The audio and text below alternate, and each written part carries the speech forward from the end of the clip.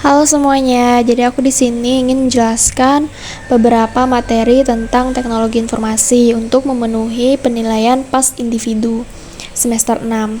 Jadi simak terus sampai habis ya. Oke, yang pertama ada cara proses data dari input ke output. Satu, pertama-tama data dimasukkan ke sistem komputer, data tersebut dapat berupa huruf, angka, gambar, atau desain. Yang kedua, di dalam CPU akan terjadi proses komunikasi data. Proses tersebut dapat berupa data yang disampaikan ke program aplikasi, dan selanjutnya akan diteruskan ke program sistem operasi. Dan yang ketiga, ada program sistem operasi nantinya akan mengubah data ini menjadi bahasa mesin, bertujuan agar data dapat dimengerti oleh peralatan elektronik di dalam komputer. Selanjutnya yang keempat, data-data yang telah diubah tersebut akan diproses kemudian oleh sistem operasi. Data tersebut akan kembali disampaikan pada software ke aplikasi sehingga dapat ditampilkan di layar monitor. Yang kelima, apabila tampilan yang ada di layar monitor sudah sesuai dengan keinginan pengguna, si pengguna selanjutnya akan memberikan instruksi pada komputer. Dan yang kedua, peran dan pentingnya sistem operasi dalam sebuah komputer. Peran dan pentingnya sistem operasi. Fungsi utama sistem operasi komputer antara lain mengatur akses pengguna, menyediakan antarmuka pengguna yang intuitif, dan menjalankan program. Contoh sistem operasi yang populer saat ini. Sistem operasi komputer bekerja dengan menjalankan tugas seperti manajemen memori dan penjadwalan tugas. Contoh sistem operasi komputer yang populer adalah Microsoft Windows, macOS, Linux, Android, dan iOS. Kemudian yang ketiga, bagaimana perkembangan internet mengubah cara bekerja dan berkomunikasi. Dengan adanya internet, sekarang kita dapat memperoleh informasi dan berkomunikasi dengan mudah dan cepat. Banyak sarana di dalam memperoleh dan berkomunikasi dengan mudah dan cepat untuk memudahkan kita dalam melakukan kegiatan komunikasi. Contohnya adalah email.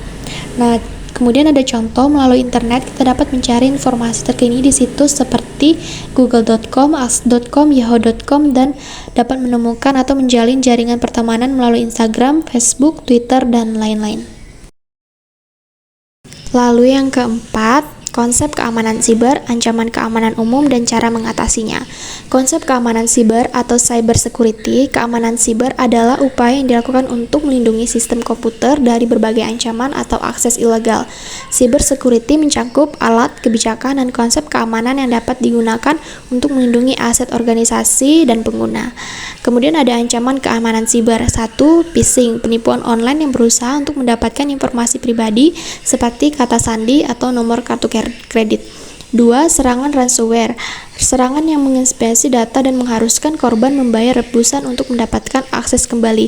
Dan cara mengamankan dari ancaman keamanan di atas sebagai berikut. A. Menggunakan firewall. B. Menggunakan VPN. C. Mengenkripsi data.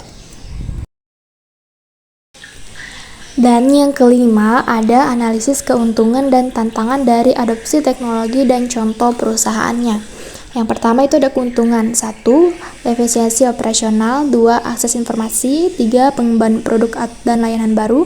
4. Peningkatan keterlibatan pelanggan. 5. Keunggulan kompetitif. Sedangkan tantangannya: 1. Biaya implementasi dan maintenance. 2. Kesesuaian dan keamanan. 3. Perubahan budaya dan keterampilan. 4. Integrasi dan kompatibilitas. 5. Resistensi terhadap perubahan. Adapun contoh dari perusahaannya itu adalah Amazon. Amazon telah mengadopsi teknologi informasi dengan sangat baik dalam berbagai aspek bisnisnya, terutama dalam operasi rantai pasokan, layanan pangan, dan analisis data.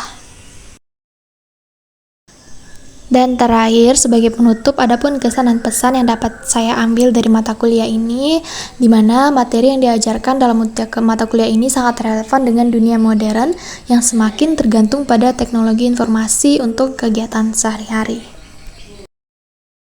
Sekian penyampaian singkat dari saya, terima kasih.